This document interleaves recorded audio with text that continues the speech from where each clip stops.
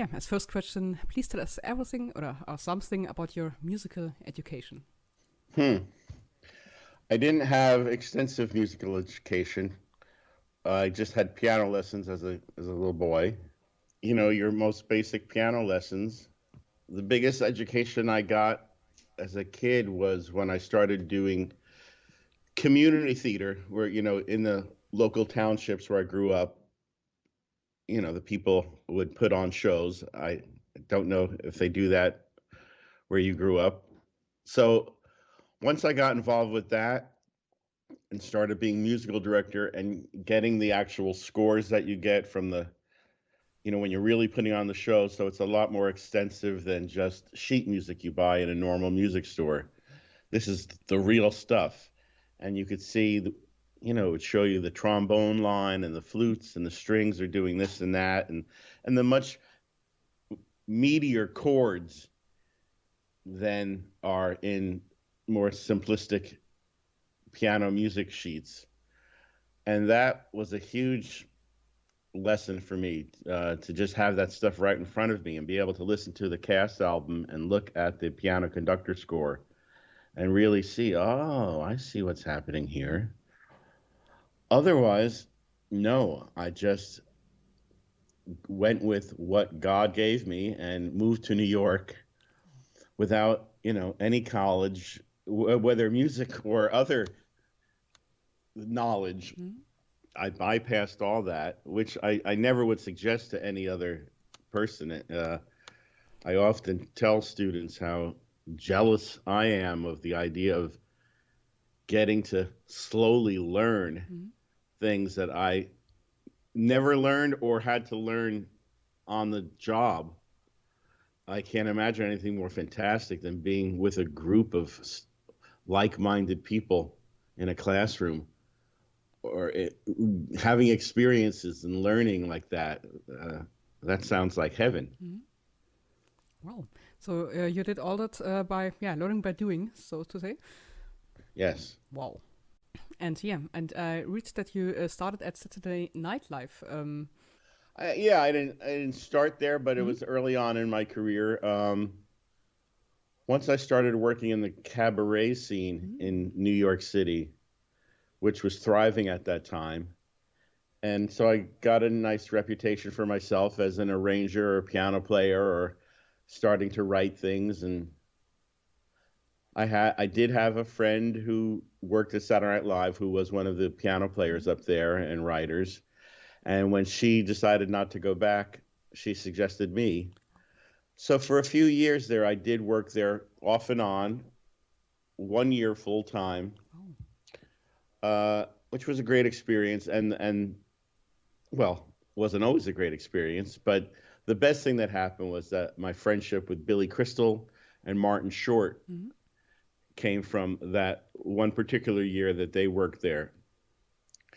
And by going off on the road with Billy Crystal, then with his comedy act where he did musical things, and so I went on the road with him, and that's when he went off to film When Harry Met Sally, and he suggested me to Rob Reiner for helping with the Mm-hmm. music. Rob Reiner said, I want someone who knows like a lot of the great American songbook, Mm-hmm. who can arrange music. And Billy was like, I got the perfect guy for you. Wow. Meanwhile, I had also started working with Bette Midler's Harlettes. Her backup groups, three girls, did their own act when Bette was not on tour. And I became their musical director. And that had a good success. And Bette Midler said to them, girls, come back on the road with me on my next tour, and I'll let you open my show. Mm-hmm. So that's how I met Bette Midler. Wow. And it was a few years, I had already been working with her a bit when her film career really took off with, and I started working on the movie Beaches. Mm-hmm. So I was working on Beaches and When Harry Met Sally pretty much the same time. And that's how I entered film scoring. Two big successes, two huge records, record sales back when records were bought. And also two great experiences where I got to learn about how music is made for movies, but it was really just my arranging skills, not compositional. But I got to learn a lot of the nuts and bolts.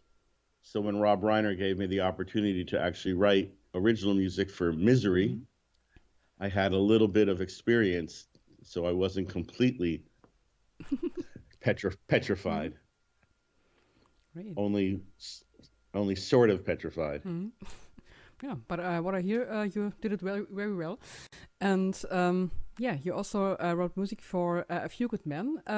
And yeah, was there maybe Horner's Class Action, a Temp track doing that, doing editing? I have no idea. Yeah, one friend says that sounds a little bit similar. So yeah, I have to ask that. You don't have to ask that, but I have no idea. Okay. And yeah, do you enjoy writing music for more thrilling material like A Few Good Men or Misery?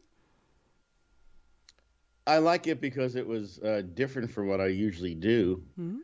And after like my big 10 years of writing movie scores in the 1990s, I got very burnt out because I was only doing the same thing, being asked to do the same thing. But in those first few years, especially for Rob Reiner, I got to work on so many different styles.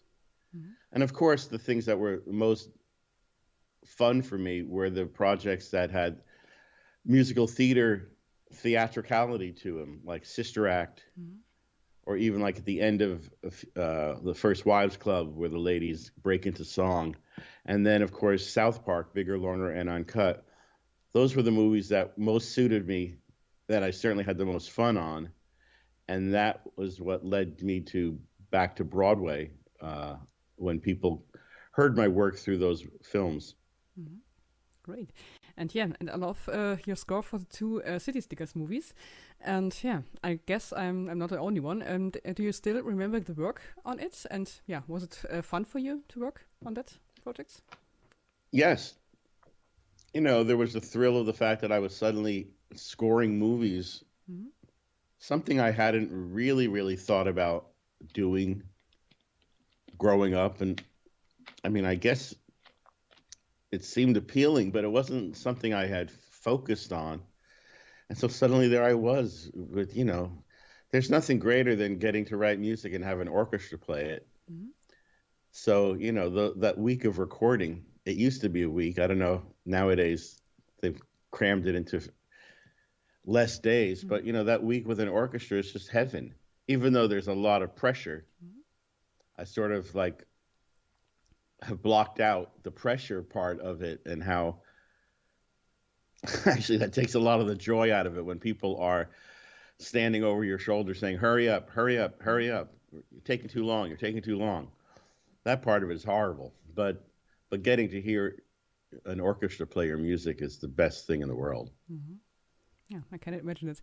And yeah, did you meet Jack Palance? And yeah, was he as grumpy as he appears in these two movies?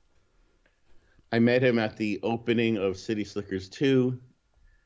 And yes, he was just like he is in the movies, but you'd want him to be. I mean, you wouldn't want him to be anything else. He told us a great story that night that he made a movie with Joan Crawford. And so we asked, what was that like? And he said, her and the director did not get along. And on the last day of filming, after her very last shot, she called over the director. She said, come here. He came over and she punched him right in the face and walked off. So that was a good story to hear from Jack Palance. Great. You've worked with Billy Crystal on several projects. I think you also wrote the music for one of his Oscar performances. So in general, how is the collaboration with him? Fantastic. Yeah, the Oscar stuff, that was along with movies like Sister Act and such. Those were the other opportunities I got to write in a musical theater style, you know, writing new lyrics to existing songs, arranging them, finding comedy in it. And for this huge audience, when you're, you know, do something for the Academy Awards, you millions and millions and millions of people are listening. And me and Billy just have the same sense of humor. We just get along great, and he's given me just an endless amount of opportunities. Mm-hmm. Yeah, I saw a few Oscar performances, so great highlights. And if you could choose, would you do this more often, or? I've certainly done enough, and I did other things for Oscar shows, like with Will Ferrell and Jack Black, Robin Williams. I would do all those things as often as they come along, but I'm also quite content to do nothing. Great. And about Addams Family, how was it to work with the iconic themes by Mick Mizzy? It was great. I grew up at the exact same time that show was on, so it was great. And the movie itself was great. Gave me a great opportunity to write in that gothic romantic style, and to get to make use of Vic Mizzy's theme in all different ways, turning it into a grand waltz and stuff. That was a lot of fun. And Addams Family Values, the sequel, was even more fun. Yeah, and I'm a huge fan of that Eat Us song. And yes. How did you come up with this? Paul Rudnick, the screenwriter, wrote that they would be singing a song called Eat Me. I think he had a few lyrics in the script, and then he and I sat together and wrote the actual song. Yes, I like to post that every Thanksgiving.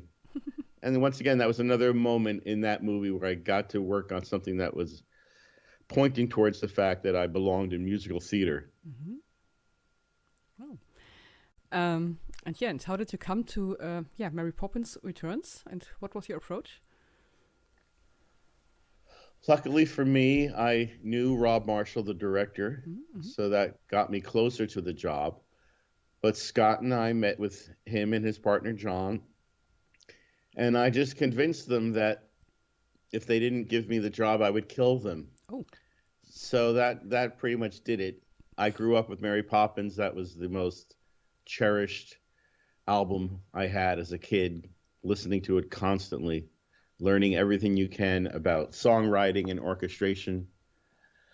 So the idea that there would be a sequel to my favorite movie of all time, if I didn't get to work on it, I couldn't imagine living on planet Earth anymore. I was trying to figure out how do I go to Mars? How will I fly to the moon to not be around when that movie comes out if I don't get to work on it? But luckily, my passion for it led towards them giving us the job. And that was a glorious few years of working on that and getting to score that with a wonderful orchestra in England. And it was just glorious. And you also worked, I think, with one of the Sherman brothers. We didn't work with him, but we got to meet with him and sit with him and talk and listen and spend time. And that was wonderful. One wonderful night before the Oscars, they had a party for all the Oscar nominees and a few extra people. And he was one of the few extra people. And I got to play Feed the Birds for him to sing. Oh. It's one of the all-time great experiences of my life. Yeah, can imagine that.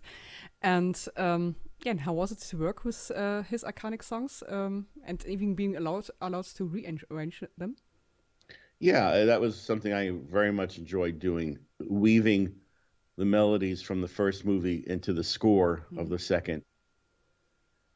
Just the right moments, just little by little, to have a connective tissue between the two movies musically. It was wonderful. And he was very touched and happy that we did do that. And we, of course, we had to. I mean, you'd be crazy not to. We would never ask anyone to sing any of the songs because to be compared, to Julie Andrews or Dick Van Dyke, it would be crazy to actually have any of our characters reprise one of the songs. But to use it as thematic material in the score was a perfect way to, combine the two movies. It's just perfect. But I still miss a little bit this Chim Chim Cherry. Yeah. But yeah, it's a favorite song from the first movie, and so I searched and not there. But all of this, the other songs, the Spoonful of Sugar, in I love it. It's just Yeah, perfect. thank you. And was it difficult to come up with new songs and themes? The only thing that was difficult was the knowing that no matter what we wrote, we would be told it wasn't good enough because it can't compare with the first movie. So the fear, getting over the fear was the hardest part of going, let's just sit down and write these songs and not worry about that, which pretty much came true. But once, it was a beautiful story. The new story for the sequel was a wonderful opportunity for music and songs, and it was a great experience. Yeah, the place where lost things go is just beautiful. Thank you. And how did you come up with that? That one was we knew we had to write a song about loss and about the loss of a parent, and we're trying to think of how to write a song for Mary Poppins that would address that, but also be put in a way that children can understand and that made it comforting for a child. You want to comfort a child, not make them sadder. And Scott remembered in one of the other Mary Poppins books, because there's 8 books where they go on all sorts of adventures. So we read them all. And in one of the books, Mary Poppins takes the kids to visit her uncle, who is the man in the moon. Do you guys have the man in the moon over there? Referring to the fact that the moon looks like, a man. Yep. So she takes them to the moon to visit her uncle. And he says to the kids, oh, all those things that you can't find, that you've lost in your life? I keep them on the dark side of the moon. I keep them all there. Oh. And so he gives them all their things that they've lost. So Scott remembered, that story about how the lost things are on the moon. And we come up with the phrase, the place where lost things go. And that just sounded very Disney-like. And wrote a song. And that was the one song that we were never asked to go back and try and write another version of, or sing it, go back to the drawing board or try to think of another type of song. That one stuck. And we were lucky that Emily Blunt was living in New York and working on a movie, so she could come over every week or two and we could try songs out on her. So we got to really write for her and put it in the right key right away, and her performance of it also helped everyone really realize that one's a keeper. Yeah.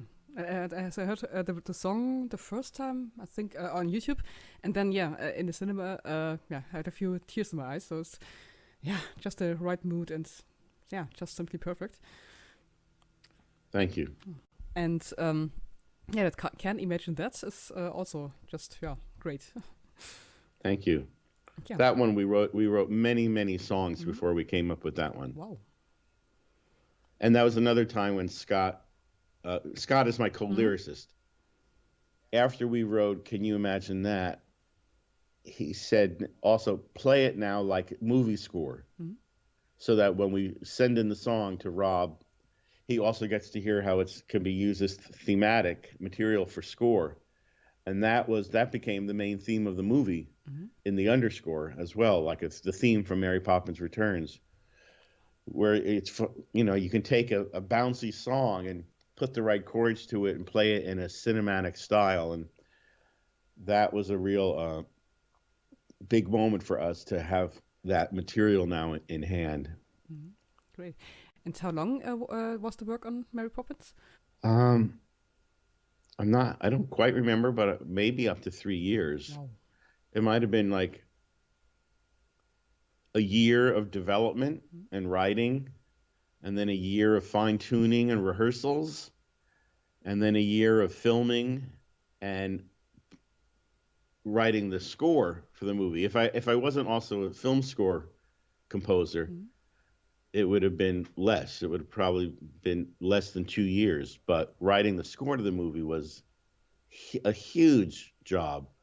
We recorded the orchestra for 3 weeks, Wow. spaced over a year. But a movie, if you're lucky, you get a week. Mm-hmm.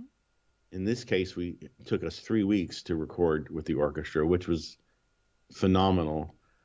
The orchestra was so good, and so enjoying getting to play in that old school cinema style, Hollywood musical style, and get to write, play melodies and counter melodies, and not just be so much of modern film music is just textural. Mm-hmm.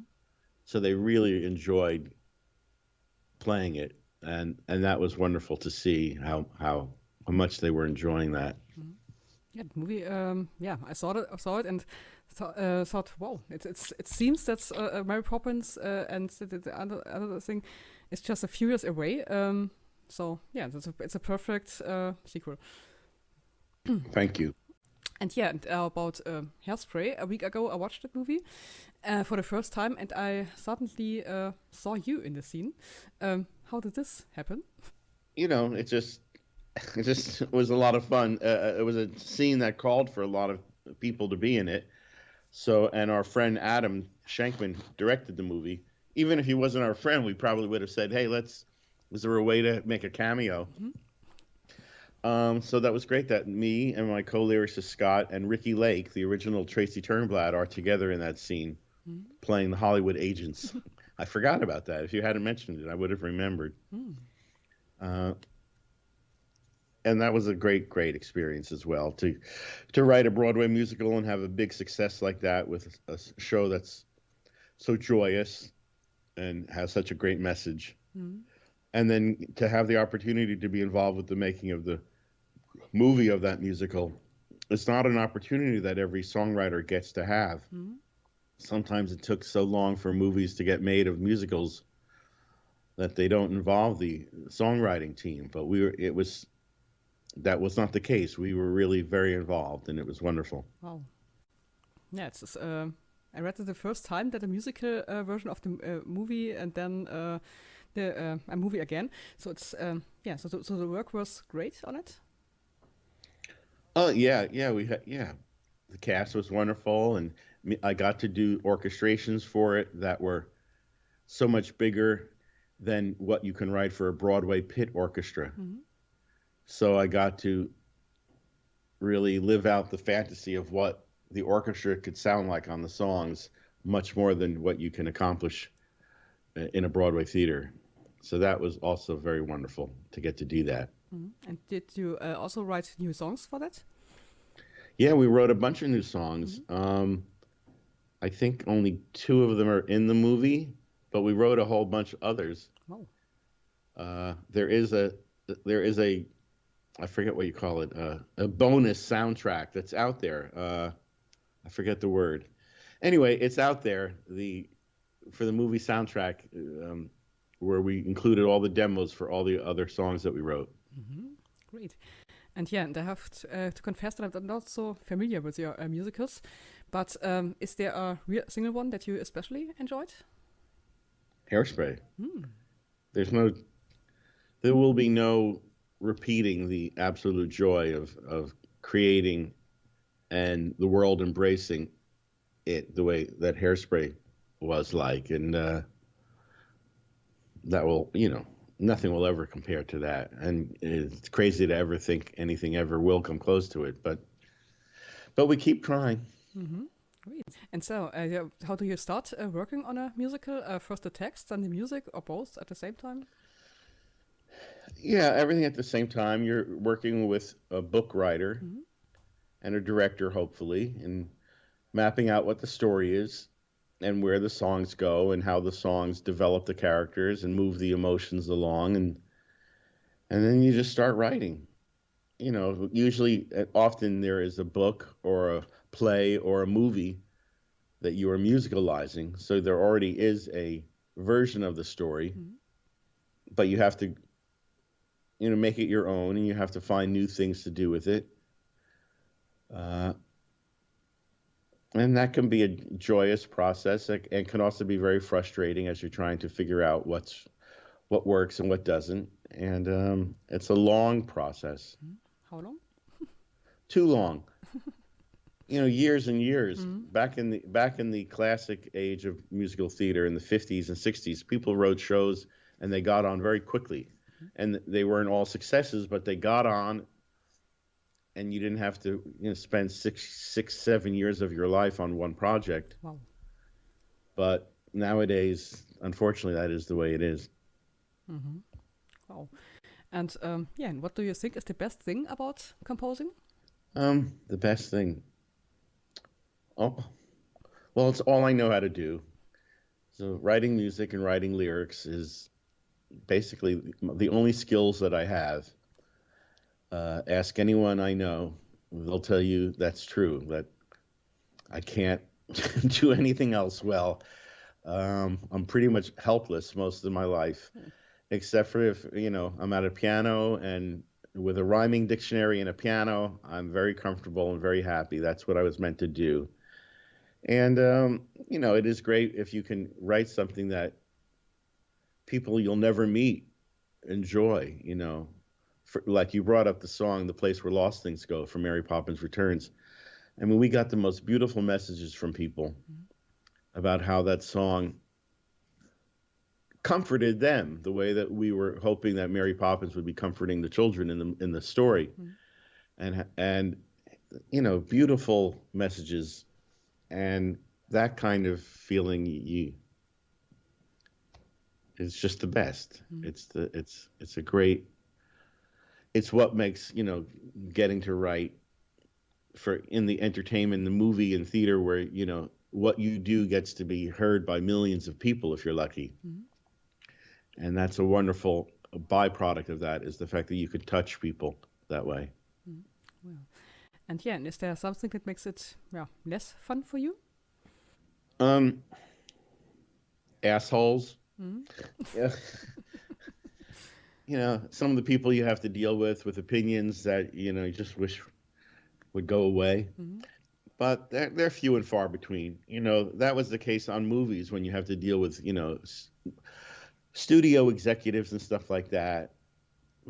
In the musical theater, you have a bit more of a opportunity to just write what you think is correct, and just let the audience be the judge, because that is, there's no denying when an audience likes or doesn't like something, and no one needs to tell you. You can just feel it. So, and that's as it should be. Let the audience be the one that lets you know how it's going. Great. And yeah, we also asked a few friends for questions, and one fan would like to know if you prefer to write film music or musicals, and what appeals you to most. About these forms. I think I've pretty much answered that. But writing music and writing lyrics for anything, whether it's a movie or theater or television, it's all the same to me. Whether I'm writing a song for Hairspray, or down in my studio arranging the demo for a song from a show and getting to figure out what the strings and the woodwinds are going to do, or writing funny lyrics for Billy Crystal at the Oscars, any of it. It's all just entertainment, and music and lyrics and rhythm, and it's just all great. I really don't differentiate between the different styles of film and theater and television and such. It's just a way to express myself and hopefully make people laugh or feel something good, or get up and dance. Wow. Yeah. If you have you kind of stage fright before a gig? Stage fright before writing? Or performance? Never for performance. I love to perform in the few moments I get to, but writing, like I mentioned, to get started on Mary Poppins Returns, we definitely had stage fright, knowing what we were going to be in competition with, so to speak, in people's minds. That gave us a few weeks of fear. Oh, yeah. How did you come up over that fear? And so, Just had to get done. Well, you know what? The thing that made us get over it was realizing that what we were going to write was going to show our love for the original movie. Mm-hmm. And it was a chance to really write a love letter to the creators of the original movie. Mm-hmm.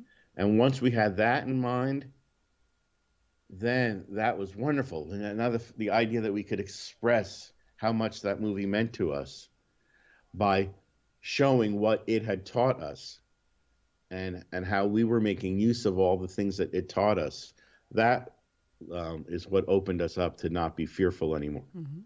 Great. And and another fan question was a difficult one. What is for you your best score and why? I would say it would be a toss-up between The American President Mm-hmm. and Mary Poppins Returns, score-wise. I mean, those are the two movies where the score, I can actually watch the movies and feel proud and not just go, oh, why did I do that? Oh, that should have been better.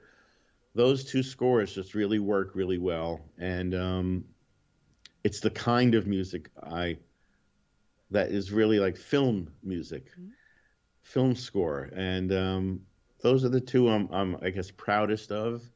That if I were to do a concert with an orchestra, that those two scores would be on the top of the list of what to include. But there were great moments on all the movies, Addams Family or City Slickers, and there are moments in all of them that I enjoy. Mm-hmm. Certainly enjoyed working with the orchestras. Always, I repeat myself, I know, but that's the best part. Mm-hmm. Great. And another difficult one for a fan. What is your favorite food? Food? Mm-hmm. Everything, unfortunately. Chicken Parmesan. I don't think you have that in Europe. Whenever me and my husband try to order it when we're around anywhere in the world, they don't know what we're talking about, but it's a it's a dish in American Italian restaurants that I enjoy very much. Mm-hmm. Yeah, it sounds very tasty. And a question for me again. And do you have a favorite song from you? I don't think a favorite song, no. But I mean, The Place Where Lost Things Go from Mary Poppins Returns comes to mind because it was one that we got such a reaction from people, to get these letters or messages from strangers that are so moving that means a lot. And but they're all like your babies, so you can't, it's hard to choose. Yeah. And and what can you tell about your current and next projects? It all depends on what's happening with COVID-19. Not to mention our terrible, horrible president, because he'll let entertainment die completely if he is allowed to remain in power, because he doesn't care. So, I had a movie project lined up that I'm not totally signed for, so I can't talk about it. But that was going to be a movie scoring, and other things that are being talked about, but everything's on hold. Oh yeah. And and how is it to work with the current conditions? Like, how do you record? Or do you record? Well, I mean, Scott and I did write a song for a friend who has an animated television show that starts in January. So we got to write one big funny song that's almost 5 minutes long. It's like the end of the show where all the characters break into song. The show itself is not a musical, but suddenly in this one episode, they break into song. And that, Scott and I wrote over Zoom. Wow. Because Scott is out, on Long Island, which is another part of New York, far from where I am living. But we just stare at each other on Zoom the same way we stare at each other if we're in the same room. And we wrote the song and we sent it to the man who created the show. And luckily he loved it. And it has a huge cast of a lot of famous actors, a lot of English actors, particularly. And we had to work with each of them separately. I would have to get on a Zoom with Gary, the creator of the show, and each actor or actress, wherever they live. and I'd play them a little bit of the song to hear what key they best sing in. And like a lot of actors or actresses, they're not necessarily born singers or don't come from the musical theater. But just about any actor or actress who's had any success, I have found, has a singer living in them, and can certainly put over a song. So I had to go with each singer, find out their keys, go back to the piano then and write the song. We had already written it, but now I had to arrange the song in a way that would suit everyone's key that they sing in. Make tapes for them to learn the song, send those off. And then when we started recording was when they first started letting people back into recording studios, as long as it was extremely clean. There was only one other person, the engineer and the singer. And so that was like around 3 months ago where we at least started having that. Other times, I just worked with Bette Midler, who was doing a charity project. And she and the girls from Hocus Pocus, the movie Hocus Pocus, I arranged the song that's in that movie. And they, because of the current scare of a second wave of COVID-19, no one wanted to go to a recording studio. So all of them recorded their parts just singing into their iPhones in their closets at home. So we had to mix making use of iPhone voice memo recordings, which is not really the best way to record a vocal, but that's all we got. And so that's what we did. Yeah, I think iPhones have had a few good microphones. So yeah. I mean, it's better than nothing. It's all that we had. So I just finished that yesterday. Wow. That's what I was working on when I kept on that and Mariah Carey. Mariah Carey's making a Christmas special. So in the last month or so, those are the two things I've been working on, getting those ready. And they both started filming yesterday. So that's why today was my first day where I could feel like I don't think I'm going to get an email or a phone call saying, you got to redo this. Although that could happen right now. Any second, I could get that call, but hopefully not. Right. And Hocus Pocus you worked on. And how was the work on that movie? And do you work with John Debney and James Horner? No, my job was completely separate, just working on that one song, which is an existing song, I Put a Spell on You, where I went in to rehearse with the girls and the director, Kenny Ortega, and figure out how to rewrite the lyrics to match the plot of the movie and record. And because I've been working with Bette Midler for so long, it was just a natural thing for me to be called on to work on. But I had nothing to do with the rest of the movie, scoring it. And I know James Horner was supposed to be scoring it, and that's why there's another song in the movie that Sarah Jessica Parker sings that he wrote. And then but he ended up not being able to score it for, I don't remember the reason. And then John Debney came in to score it. So there's a lot of people, a lot of film composers working on one movie. Yeah.